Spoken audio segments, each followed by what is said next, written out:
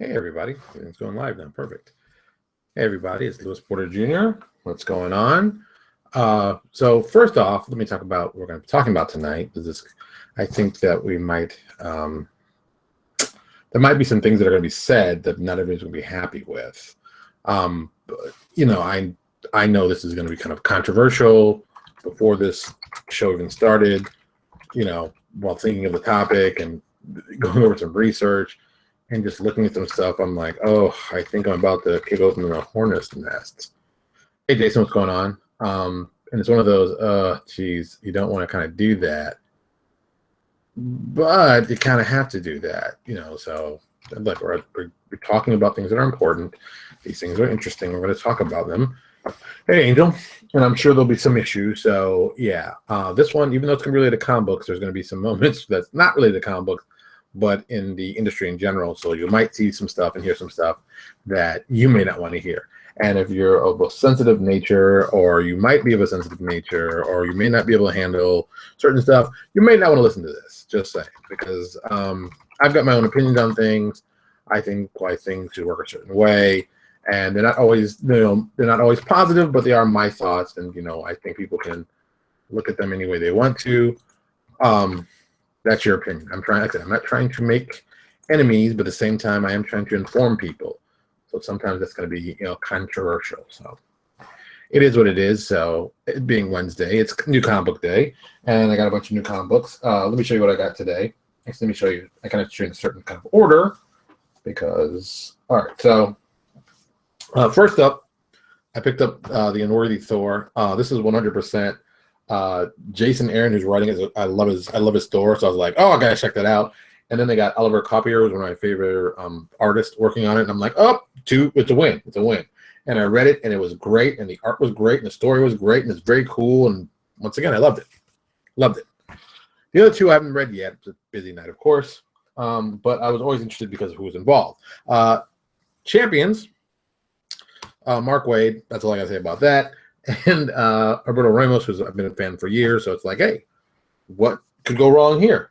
I'm assuming nothing's going to go wrong because I think, I know Mark Waid. I've read enough Mark Waid stuff to know that I already know the story's solid. I don't even have to guess on that. And then finally, I had to pick up because I am truly a fan. Avengers #1. There's some problems with this, not the story, just another #1. Mark Waid's writing this. The writing's going to be awesome. I'm not worried about that part. That's the cool thing. The artist I didn't really look that much into. It looked kind of okay. I don't know if it's really my style, but I'm going to get into it and really give you a full thing what I think. But like I said, it's Mark Waid. Mark Waid's writing 2 of the books. Not a surprise. I'm a huge Mark Waid fan. I think Mark Waid knows how to write. Actually, I'll put him in the notes if you've never read anything from Mark Waid. Mark Waid has written some of my favorite stories in comics. I think he has a great understanding of the industry. I think he has a great understanding of what makes a good story. A solid writer in every company he's probably worked for. I think he is awesome, creatively speaking, and always interesting. So I never worry about anything I see from him.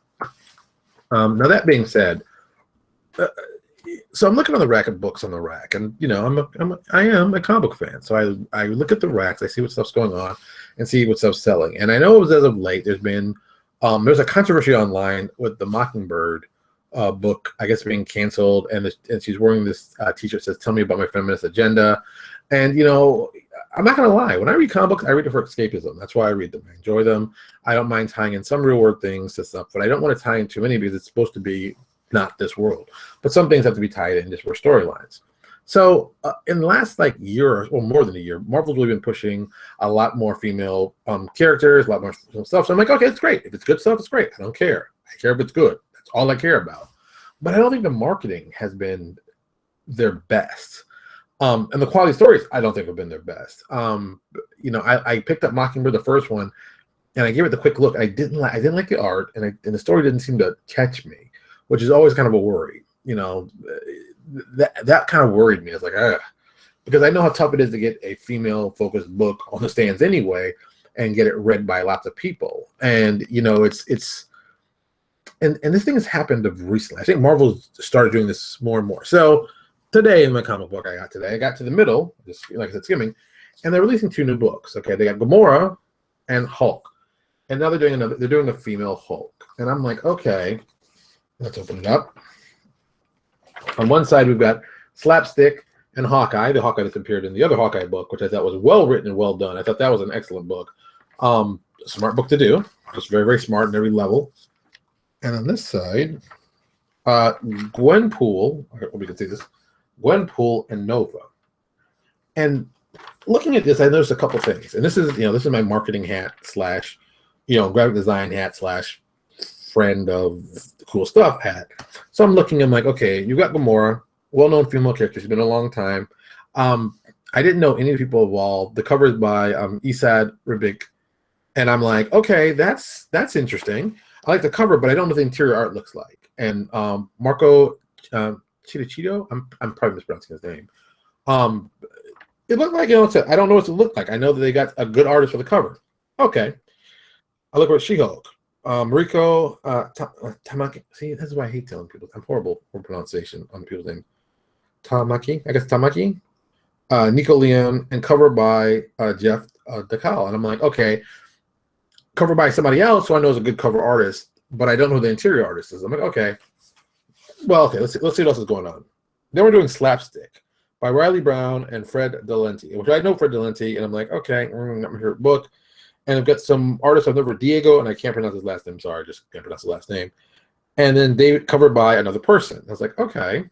Then we got Kelly Thompson on Hawkeye, Leonardo Romero, which I don't know, I'm not familiar with, and Julian Tino Tessi doing the cover, but I think I've seen this cover. I think I've seen this art before. And the Unbelievable Gwenpool, it's a special. Chris Hastings, Ryan North, Nick Kocher, Carla Pachenko, China Clugston Floors, and more. I don't know anybody on that list. I don't know. And okay, I'm like, all right, well, that's interesting. And then I go to Nova, Jeff Loveness, and then Roman Perez. I'm like, aha, someone I know, Roman Perez.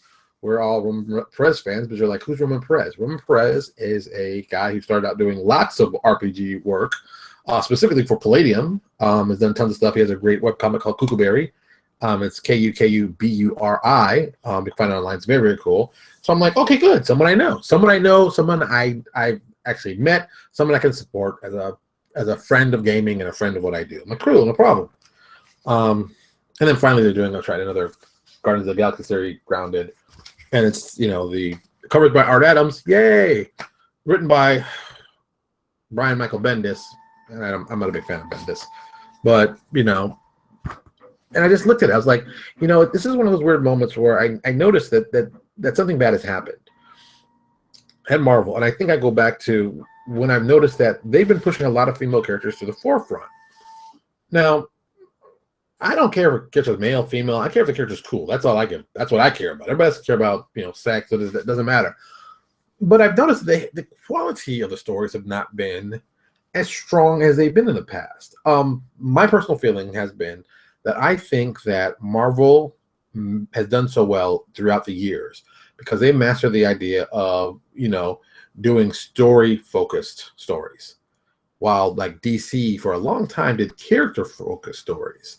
And I think that's what allowed Marvel to initially, leap ahead of them in the 60s and the 70s, and then the 80s take over a large section, because I think Marvel got it. Marvel really understood what was more important, the character or the story. And then somewhere in the 90s, that all got mixed up and, just messed up. So, I mean, and you've seen more and more female-focused books being put out by Marvel, but they're not books that I was like, oh, this is cool, something I have to read. It seemed like it was, and I don't use the word agenda, but it seemed like it was pushing, we want to push women creators. I'm like, great, that's great.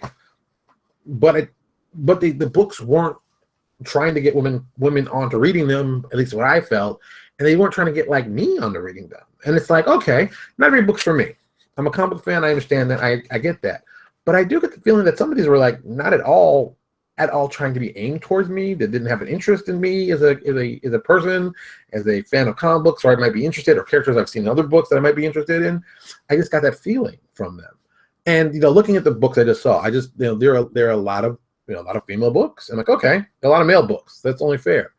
But that being said, they changed Thor to Jane Foster, if you didn't know, being a female Thor. And I always thought it was an odd move. I'm like, well, Thor isn't a title, it's his name, so I get why you want to do a female Thor.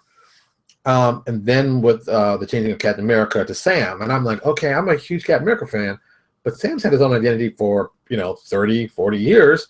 I don't see the need to make him Cap. And I thought that was a really weird thing. And then the whole Iron Man, Ironheart, Riri Williams, being the black girl being Iron Man. I'm like, okay, I kind of get what's going on here. And in marketing, I'd call this definitely extension of the line. It's an old marketing term where you basically take something like Coca-Cola, and then you start expanding to that line, and you do stuff like Diet Coke, Coke Zero, Cherry Coke, Raspberry Coke, caffeine-free Coke. You start basically taking the one product and expanding off of that to make other products. The problem is you're not actually making a new product. You're basically just taking a division of another product, and you keep watering it down, trying to get the big sales back to the main thing. And that's what I kind of feel is going on with Marvel with all these changes. It's like they have actually said, we don't have any new ideas. We don't know what to do. We're confused, and we need to get people reading our books, but we don't really know how to do it. So we're going to go with a very low-hanging fruit mentality, and we're going to do these, character-focused stories, and that's what we're going to be. And people love our characters. Our characters are important. And I always go back to, it's like, yeah, people love their characters. They also love the stories that Marvel told, because Marvel told some awesome stories. So, I talked about A-Force. I don't think did I talk about A-Force? So I picked up A-Force. A-Force was a book they were doing. It was an all-female Avengers team. Like, okay, I'm an Avengers fan. I love the Avengers. I should be into this. A lot of the people in them are Avengers. But then a lot of them weren't. They just put women on the team because they were women. And it was like, we're going to put all these women on the team. They're all going to be Avengers. And it's like, wait, what? Huh? And this kind of made me flash back to, at one point, Marvel tried to turn the Avengers into the Justice League of America. And if you're a fan of the Avengers and you know anything about the team, the Avengers were created to be the anti-Justice League of America. So transforming them into that is kind of like a backward step. They were never tried to be that group. But if you look at the JLA, as a purely comic book fan, look at the JLA as a group of individuals. They are so overpowered, it's to a point where it gets kind of ridiculous. Look at the team. Just look at the team. We'll go with a 7-man team. Okay, Superman, Wonder Woman, Batman, Green Lantern, Flash. And at this point, it really doesn't matter who else you pick, because you've already got you've covered just about every base you can on just pure power and ability to win. This five right here can win every day, all day long. They don't even need, and there's no villains to combat that are equal to them. They're just not. They're not equal to them, and they probably never will be. And it's a sad statement that this is what has happened. So Marvel's kind of doing the same thing. So they're like, everybody's an Avenger. Let's slap the Avenger on it. People are going to be Avenger. An Avenger. It's like, Avengers already had a lot of members to begin with. That's just not. I've been reading the Avengers, 30 years. It's my favorite book. I can almost name the Avengers in order of, enlisting, probably up to when Kurt Busiek took over the book. There's so many people who are Avengers now that have never been Avengers, never would have been Avengers. Like Daredevil's an Avenger. Power Man and Iron Fist are Avengers. Squirrel Girl is an Avenger. And it's just like, we're just going to throw it in there. It's just a brand name. We'll slap it over and everything. And I always feel like, oh my God, man, what is going on? And something that Jacob said, I heard that Marvel has been quoted saying that the comics don't matter anymore. They're merely engines to drive the movies and TV shows. Yeah, I get that. I understand that. DC's proven that a long time ago. Batman's a prime example. There's tons of Batman cartoons. Most people don't read the Batman actual comic book. It doesn't matter. Cartoons are what sell. They sell the toys. I get it. They stick with the same story. Bruce Wayne, parents got killed, became Batman. Go. Keep going. Keep going. And I get that. But it's just like, I think the problem, and this is what made it kind of interesting for me. I think the problem is that when I read books that are done like this for women to get them interested in books, I'm kind of offended in the way they're going about it, but I don't think they actually give a rat's ass about the characters. They're just trying to get girls to buy because they're a profit center, and that's what they haven't tapped. And then I think to myself, okay, in the longest career of comic book companies. We're talking. I'm gonna go all the way back to like the early '80s. I'll even include some independents. There weren't that many women in charge of comic book companies. There was Kat Ironwood, who was in charge of, was it Kamiko or was it Eclipse? One of the smaller ones, and she did relatively good for an independent in the '80s, which whatever that means.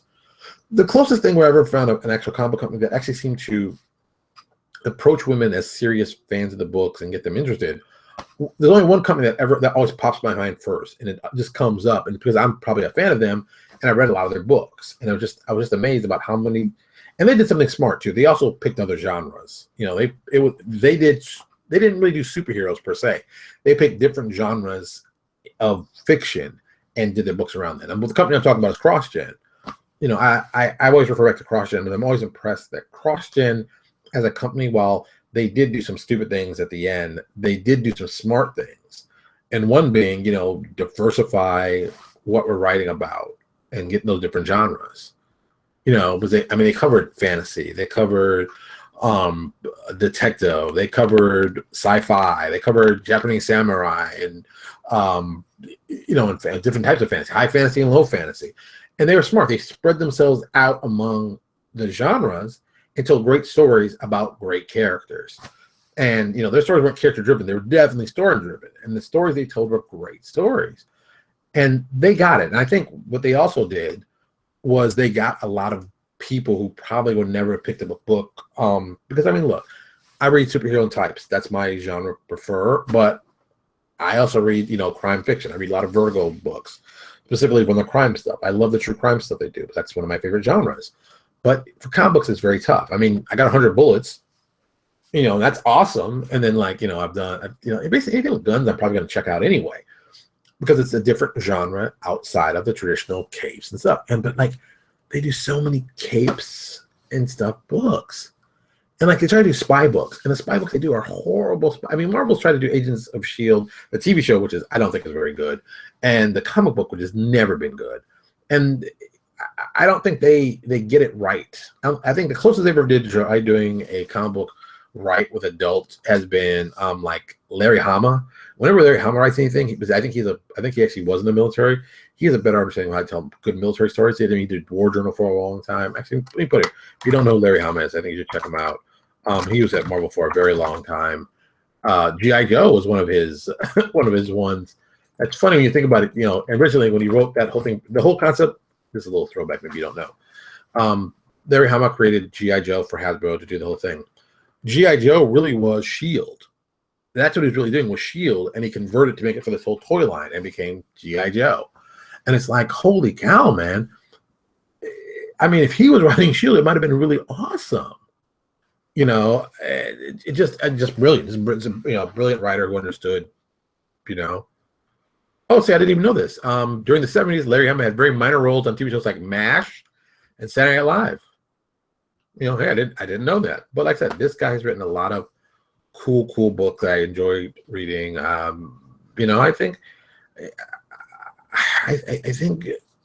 once again, I think people just got to figure out how to tell good stories, and I think that's a big problem, because people don't do that anymore. They're just telling rehash stories. Civil War II, and and doing clone conspiracy. It's like, oh my God, we're taking stories that were done in the 60s and 70s and doing them now like they're new and fresh. And you're like, where's the innovation? Where's the true pushing ahead of smart ideas? Where's the next generation of comic books? We're telling me awesome stories with new characters. And I get why the companies don't want to do that kind of stuff, because after the whole Superman fiasco and who owns Superman and giving a percentage to the creator and stuff like that, most companies don't want to do that, and independent guys want to create their own stuff that aren't really good. There's not a lot of original stuff. I think Hellboy is probably the biggest, most original thing that's come out that's made a ton of money, and it's like it's like there's so much stuff that needs to be done that isn't being done, and comic wise it's not a good time to be a fan, which upsets me, because I know I'm a fan. I love comic books, but when I go buy stuff, I'm just like, oh, I don't like this. It's this, like I said, I bought the Thor today and I read this. This is the first thing I read. I really liked it. I liked it because I think Jason Aaron knows the character. I think this guy has a great grasp on the character.